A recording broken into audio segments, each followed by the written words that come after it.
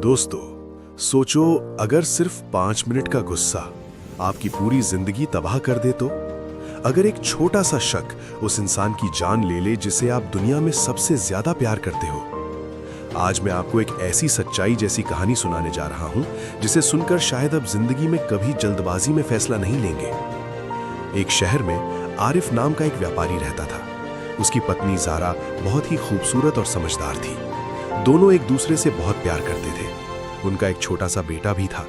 जिंदगी बहुत खुशहाल चल रही थी, लेकिन एक दिन ज़ारा अचानक बहुत बीमार पड़ गई। दिन ब दिन उसकी हालत कमजोर होती जा रही थी। आरिफ ने कई हकीमों को दिखाया, कई दवाइयां दिलाई, लेकिन कोई फायदा नहीं हुआ।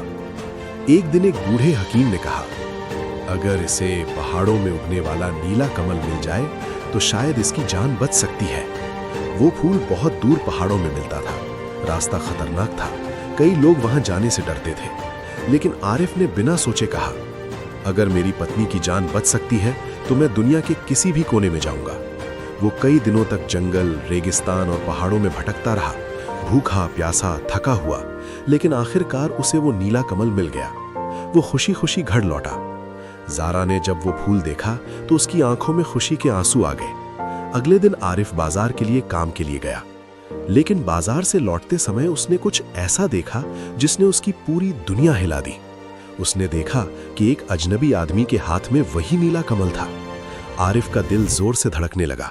वो तुरंत उस आदमी के पास गया और पूछा, ये फूल तुम्हें कहां से मिला? वो आदमी मुस्कुराकर बोला, ये फूल मुझे मेरी प्रेमिका ने दिया है। बस यहीं से आरिफ के दिमाग में शक का तूफान शुरू हो गया। उसे लगा कि उसकी पत्नी ने उसे धोखा दिया है। वो गुस्से में पागल होकर सीधे घर पहुंचा। घर पहुंचकर उसने देखा कि सच में वो फूल वहां नहीं था। अब उसका शक यकीन बन चुका था। उसने ज़ारा से सवाल किए, लेकिन ज़ारा को कुछ समझ ही नहीं आ रहा था कि वो क्या कह रहा है। गुस्से में अंधा होकर आरिफ ने एक ऐसी गलती कर दी जिसे वो जिंदगी भर नहीं सुधार सकता था। उसने अपनी ही पत्नी का गला दबा दिया। कुछ देर बाद जब उसका गुस्सा शांत हुआ, तभी उसका छोटा बेटा रोते हुए उसके पास आया। वो बोला, पिताजी मुझे माफ कर दीजिए, मैंने ही वो फूल चुपके से ले लिया था। मैं अपने दोस्तों को दिखा रहा था, तभी एक आदमी उसे मेरे हाथ से छीनकर भाग गया। ये सुनते ही आरिफ की पूरी दुनिया खत्म हो गई। जिस औरत के लिए वो मौत जैसा सफर करके आया, उसी को उसने सिर्फ एक शक की वजह से खो दिया।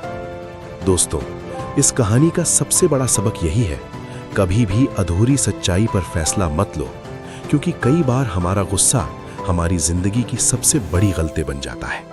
और याद रखना, एक सवाल पूछ लेना कई बार एक पूरी जिंदगी बचा सकता है।